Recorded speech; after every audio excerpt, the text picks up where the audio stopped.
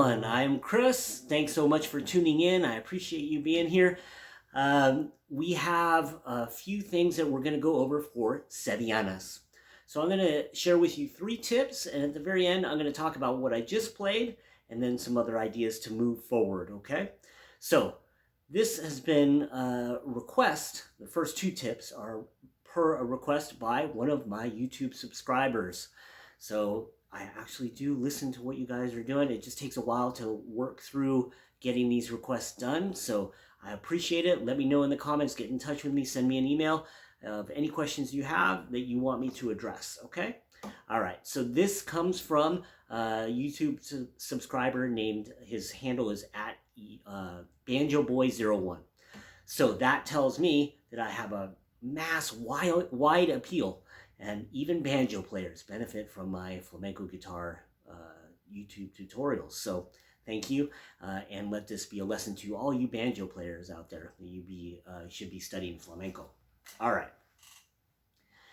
So what was I playing? I was playing a Sevillanas. Okay, that was just the beginning of a Sevillanas. It's a song form that is traditional to Spain and then has been influenced by flamenco and kind of because of the proximity in Andalusia, it's kind of flamenco, okay? I'm going to talk a little bit more about that and stuff later, okay? So let's get to these requests. Number 1, okay? Number 1 is going to be, he asks, are there always 4 coplas? Okay, so Sevillanas has what are called coplas, okay? And he actually, in his question, are there always 4 movements? Okay? And I think that's a fantastic way to describe it. As a composer, I think of them as movements, and that helps you figure out that they are standalone sections. I would say, like, Sevillanas traditionally has a 4-chapter book, okay? And then each chapter is its own thing, or even better would be like its own story, 4 short stories, okay? And so does it always have 4? Whenever I see the words always or never, immediately my brain starts thinking of exceptions. And generally I can find them. And so always and never, I just, like, for me, I try not to say always and never unless I really mean it, unless I've thoroughly studied. So for me, I've already found lots of exceptions. It's not always, okay? And so but I want you to know that that's the standard. 4 coplas is what is generally expected. However, as a performer myself, frequently we'll just do 2 or 3, and sometimes we'll do even more than 4, okay? So, and then also if you go to like Feria de Abril or, you know, some kind of place where they're playing lots of Sevillanas, they'll play a group of 4 coplas and they'll go right into the next set where you don't even know that it's a separate set. So if you weren't counting and paying attention, or if the lyrics are pretty similar, you might not know that it's all of a sudden you get lost in your count, okay? All right. So that's the big one. Are there always 4? Not always, but you need to learn that that's the standard. Okay. The other part of that question, kind of the secondary, was with 3 endings, and I am assuming that melody you're saying that melody, the main melody, ends 3 times and the song ends on the 3rd time through that full melody. That is correct. However, more modern Sevillanas, and the Sevillanas that I write, I will only do 2 of that main melody, and then I will do a 3rd brand new melody for the final round, okay? It just, I have found for the traditional, it's kind of like, I can't remember how many, like all of a sudden when I get to 3, I'm like, is this 2 or is this 3? So it's just easier for me when I write them. I write a new melody on that 3rd, and that's not unique to me. That's something that modern flamenco guitarists do, okay? All right, so hopefully that answers question number 1 for you, BanjoBoy01. All right, number 2 of your questions was, I have little notes here. I take this seriously. What keys? Okay. What keys can Sevillanas be in? They can be in any key. Doesn't matter. Okay? Now, it matters if there's a singer, and then it's the singer who's leading, and they're deciding the keys. Okay? So you're following them. You're at their behest. Okay? Which is great. I highly recommend that. All right. But as a solo guitarist, it doesn't matter. You can change keys however, whatever you think sounds good.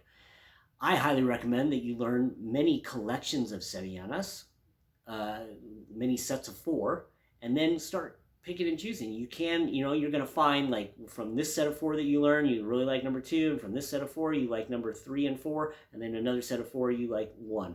And they don't have to be in that order. Just because it's the first copla in this set doesn't mean it can't be the third copla in another set. However, compositionally, if you really want to get into how they work with the baile, with the dance, there are certain sections of the dance that we will compose to. Okay, so not every copla is danced the same. So some compositions fit better over 1, 2, 3, or 4. Okay, so it's meant to accompany a dance initially. Okay, all right. So that's tip number 2. Just if you're playing solo guitar, it doesn't matter what key, whatever you find is musical for you. All right. Number 3, tip number 3, which is the bonus tip. This isn't a question of yours. I want to let you all know, warning symbols, do not trust recordings unless they are a very traditional recording. Okay? Why is that? Because we artists that do flamenco and that record sevillanas, we're not necessarily recording them how we would play them for baile, for dance. Okay?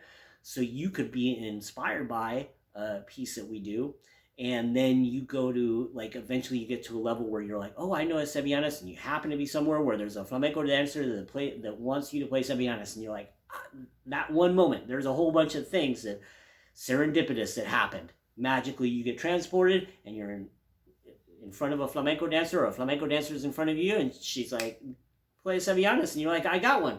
And then you play what you learned from this fancy flamenco guitar composition from somebody else, and she's like, well, that doesn't work. And you're like, that's all I got. Now, she's probably going to, after she listens to it, she can adjust and make it happen. And you guys can figure it out from there. But what needs to happen is you need to understand the basic form that is the standard. Okay? All right. So 2 things here. One, I want to plug 2 different things. Number 1 is I do have a course where you learn 4 traditional sevillanas that will fit a form that if you magically get transported, or a flamenco dancer magically gets transported in front of you and you have to play, they will work. Okay? So you will learn that solid foundational form, and you will learn 4 of them. Okay?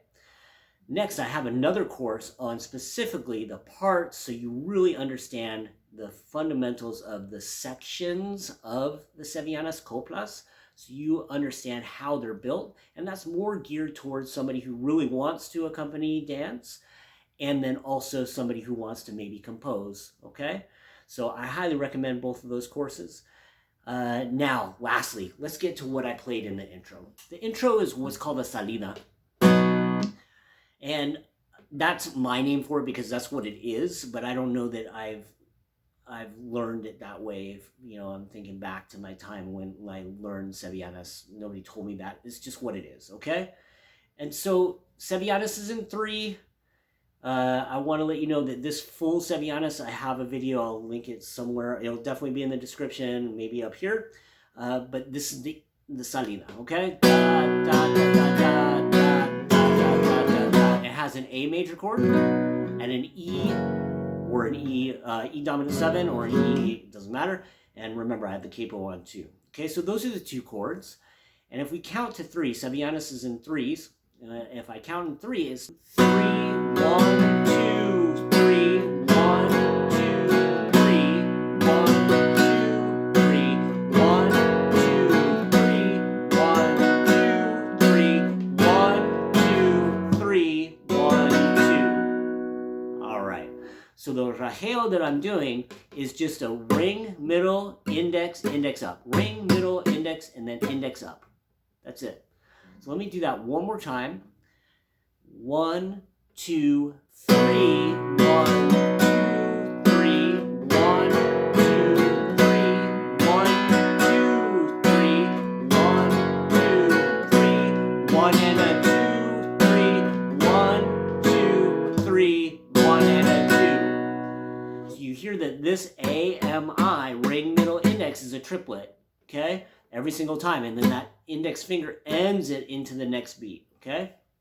So that is the kind of stuff that we are going to learn in the full course that you would learn, and we go step by step through 4 different coplas. Feel free to join me there. Link down in the description. Thanks so much for joining me. Thank you to Banjo Boy 01. I hope this works for your flamenco needs, and maybe, you know, who knows, we'll hear you play this on banjo sometime. Thanks again. I super appreciate you all. Make sure to like and subscribe, and this video, as all my other videos, are brought to you by my wonderful Patreon subscribers. So thank you, especially thank you to my Patreon subscribers. Wishing you a great time. Let me know if you have any questions. You can always leave them in the comments below or send me an email. Have a great day. Bye-bye.